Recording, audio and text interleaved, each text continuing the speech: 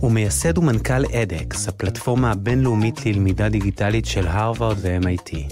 מיד יהיה פה פרופסור אננט אגרוול שיספר איך ייראה עתיד הלמידה בעוד 5 שנים ומה אפשר ללמוד מעשרות מיליוני הלומדים ברחבי העולם בתקופת הקורונה. שימו לב, השיחה תתקיים בשפה האנגלית.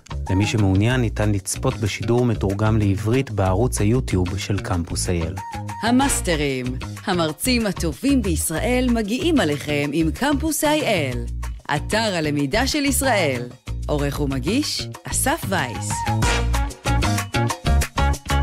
Hello, Professor Anant Agarwal, founder and CEO of edX. We are happy and excited to host you here today at Campus IEL's series of Masters. Thank you so much for your time. It is really my pleasure to join you in this conversation. In recent months, we were honored to host here a Nobel Prize winner, an author, a rabbi, and various intellectuals and scientists. We asked them all what lessons they have learned lately ever since COVID-19 has turned the world upside down. As a leader in one of the most innovative organizations in the world of education, we would love if you could share with us what you have recently learned. So first of all, when the pandemic hit the whole world, what we saw was around early March, we saw that the whole world went from learning and working fully in person, the whole world went to working and learning fully online. I mean, the switch was from 1 or 2% working or learning online to 100% learning online. That was a big switch. We saw a dramatic increase in interest in online education.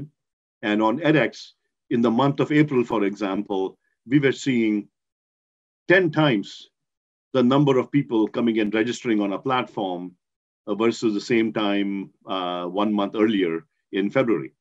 And so in the month of April, we had 5 million new students come to edX and register from all countries in the world. And that number equaled our 5 million number from all of 2019. So we accomplished more in 1 month than in 1 whole year. What we also learned, we asked these learners, why were they coming to edX to learn? And what was interesting was that about 36% did tell us that they were coming to learn because they had more time on their hands because of COVID-19. But 25% of learners were telling us that they wanted to upskill. And this is just the normal. They were working or they were in college, and they wanted to upskill and get new skills that would help them post the pandemic. And then about 11% were people who had been out of a job or furloughed from the company, and they were looking to learn so that they could get a better job or come out stronger after the pandemic. About 16% of students were from colleges, and they were using edX to replace the learning that they would have had at college, and were trying to learn online on edX to supplement their college learning. So we learned quite a bit as to why people were coming. And perhaps another very important lesson we learned was that on campuses, we are seeing more and more people trying out online learning. And most people, students and faculty, are finding that online learning is quite okay. So I believe that once the pandemic is over, the whole world, all of our campuses are going to switch to blended learning, which is a mix of online learning and in-person learning. And I believe that will become the new normal because everybody has tried it and most people are liking it. And so I believe that in the future, the whole world will begin to move towards a blended learning model as the new normal. So I believe the pandemic is creating a whole new normal for education where in the future, roughly half the education will be online and roughly half the education will be in person. I really do believe that one of our biggest learnings is that the future is going to be blended. That's been eye-opening, thank you. And speaking of on-campus and online, our audience includes many of Campus IEL partners who lead digital learning strategies and implementation within their organization. If you had a few minutes with one of them and he would ask you to provide him with 2 or 3 tips, what would they be? The first tip that I would give colleagues in universities is they're all concerned that we are in trouble right now. We all have to be learning online. I would actually ask them to embrace the moment, to turn a weakness into a strength. Because in the past, it was very difficult to get students and faculty to be learning and teaching online. Somehow they had not experienced it before, and so they were naturally against it because they were not familiar with it. But now that everybody's forced into doing it, there's a really great opportunity before us to promote this modality of learning. It is high quality.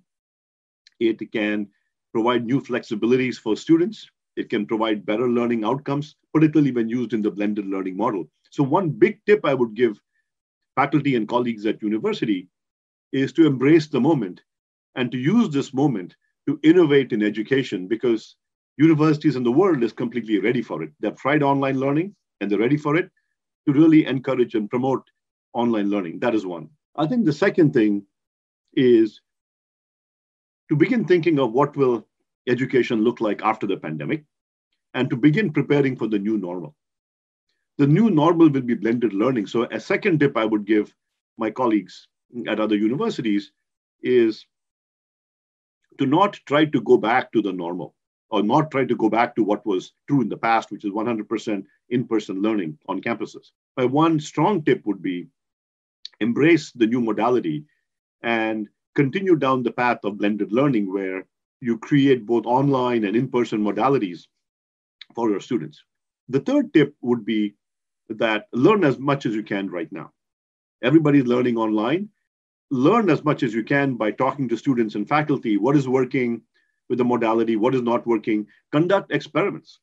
This is your chance to do massive experiments about what works and what doesn't work, so that when the pandemic is over, you will now have data to drive decision-making and to convince people that, hey, look, we should do this kind of thing in person.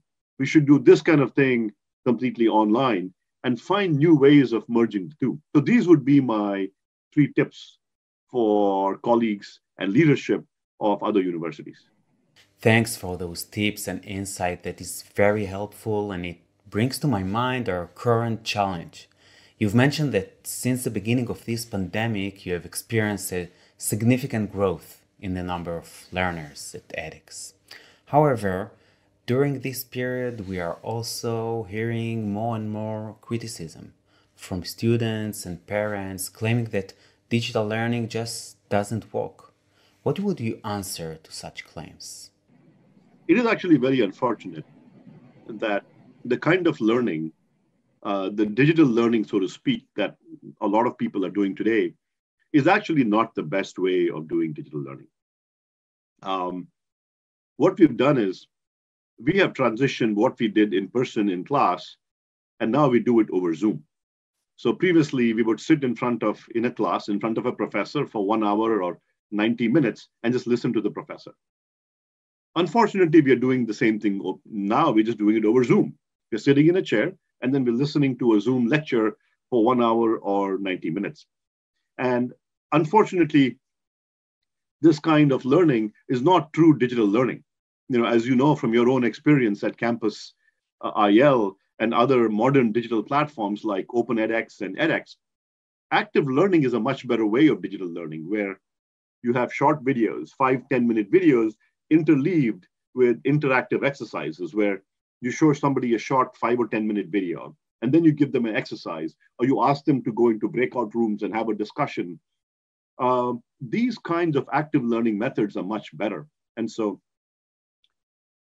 I would say that the kind of learning that people are doing is not true digital learning, not the best quality digital learning that we all know about.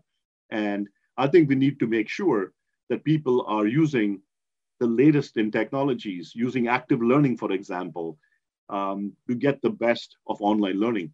Even with today's learning, people are still submitting homeworks in PDF and uploading files, and people are grading it by hand. One of the biggest modalities of online learning is instant feedback.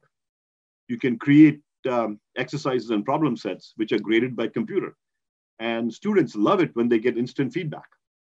They love it when, instead of having one chance to get the answer, they can use 4 or 5 trials to get the right answer, so they don't make silly mistakes. These are all things that technology can give us, but the kind of teaching, remote teaching that we're doing today is not online learning or digital learning. So we should distinguish between what people are doing today, which is remote teaching. There's not a lot of learning happening. And so we need to move to digital learning where people are actually learning well. And so I think that's very important to get that message across. It's really enlightening, the distinction between digital learning and remote teaching. And speaking of changes, the world of digital learning is undergoing extreme changes. What do you think it will look like in, let's say, 5 or 10 years from now? Great question, Asaf. As you know, I love to dream. And this question gives me a chance to dream big. And so it is very exciting. First of all, let me compare digital learning of today versus digital learning of 20 years ago. Now, even 20, 30 years ago, there was online learning. But online learning of 30 years ago was just video and multiple choice. You sat and watched a 1-hour video, which was recorded from a lecture class, and you were given multiple choice problems. That's what happened 20 to 30 years ago. But today, we've come a long way. And the Open edX platform that you use, edX.org, which also is based on the Open edX learning platform, has come a long way from there. Today, the pedagogy of our platform, for example, is active learning, where students watch short videos and interleave them with interactive exercises. That gives them instant feedback. The exercises provide instant feedback. Students can be flexible. They can pause the video, they can rewind, they can replay it as many times as they want. We have virtual labs today that gamify the process of learning. We also have discussion forums where we bring the community, where learning and talking to each other and discussing with the other students becomes part of the learning process. So all of these things are part of modern day online learning. We also give certifications. We also give credit. We give degrees online today. So all of this is happening today. But what can we expect 10 years from now? Digital learning is advancing at an incredibly rapid pace. I think within the next 10 years, we will see personalized AI-based learning where the speed and the pace at which you learn will be completely tuned to your learning style, where different people will get different kinds of feedback and different kinds of approaches so that their personalized learning can happen at their own pace. I think the second big thing that will happen is we will create much better tools for lab experiments. Like even today, we have simulation-based labs on edX. I teach a circuits course on edX, and we have a circuits lab where people use a virtual breadboard and plug components on it completely virtually and run design simulations.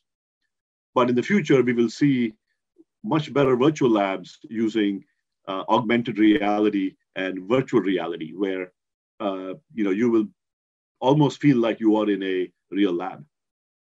Today, we've already made a lot of progress on teamwork. On the edX platform, we have a feature called Teams that Campus and Israel uses a lot, where students can get together and form groups, online groups, and do team projects together.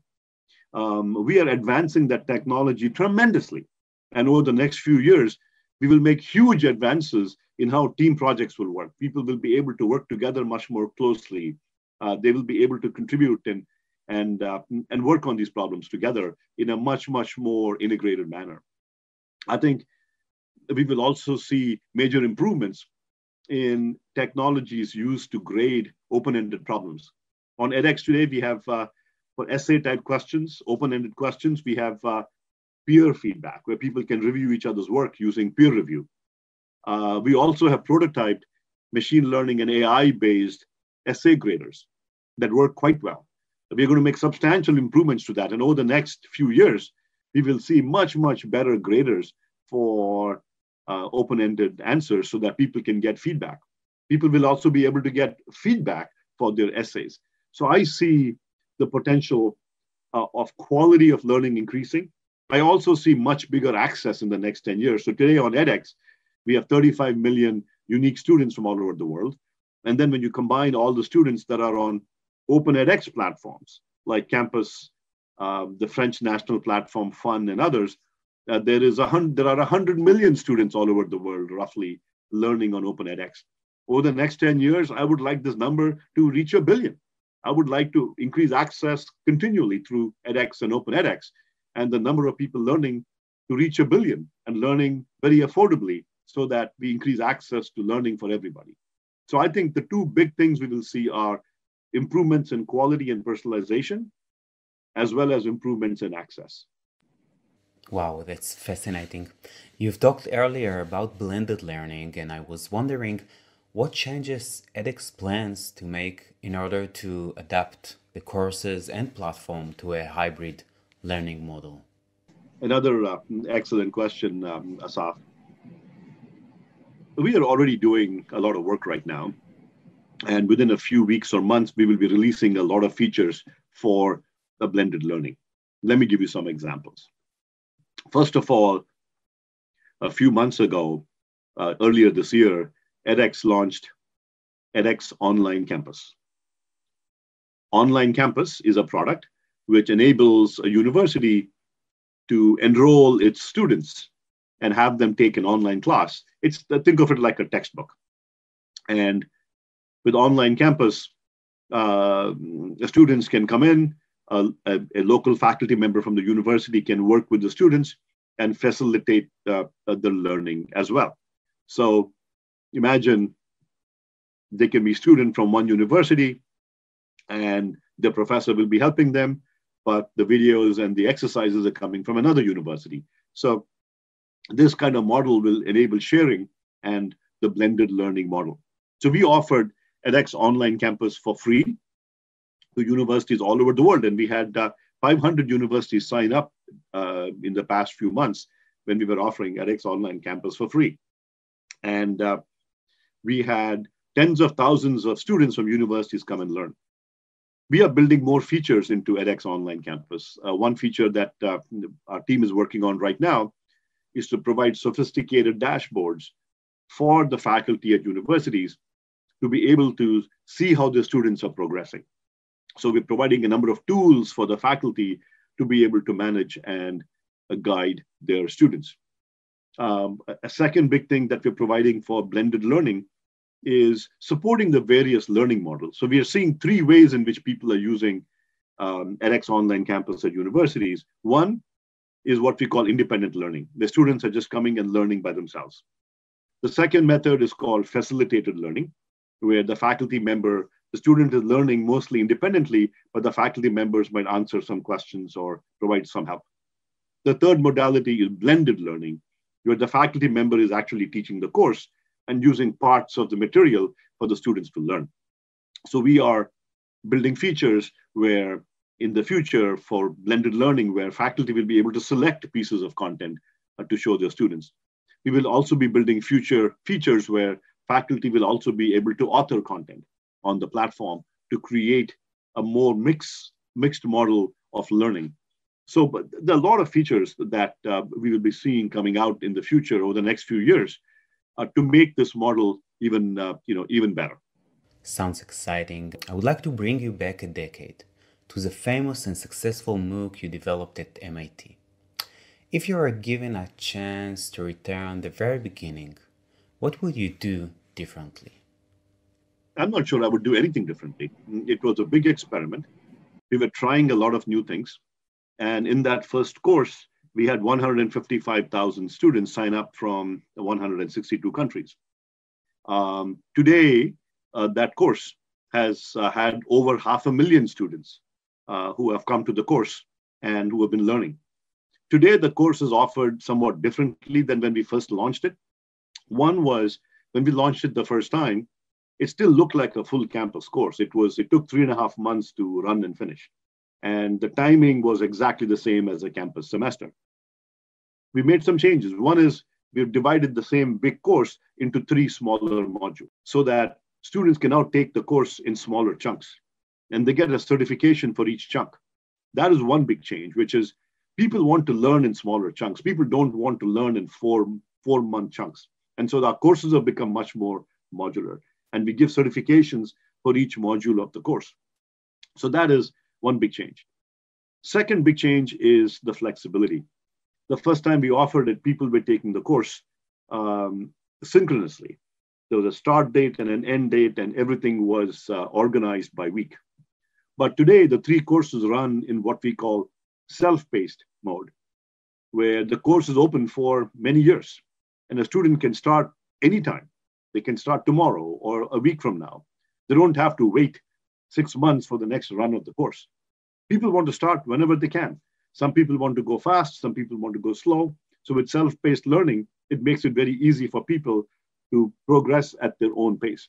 So that is the second big change that we made to the course to enable pacing. So those were the 2 big changes: provide learning in smaller chunks, and second, provide more flexibility for students to learn at their own pace. So I would say, if we offered it again and we started out, that's how I would start. But we learned along the way as to what was better, and we made those changes as we kept experimenting with new models of learning. But other than that, that course still has all the mechanisms. It has things like a virtual lab. It's had it all the time. It has discussion forums built into it. And there are a lot of experimental features that we built that we then used in many other courses. And so we also have, we grade equations in that course. So, even to this date, that is still one of the most sophisticated online courses in the world today. And it continues to be so. So I'm very pleased with our team that put it together.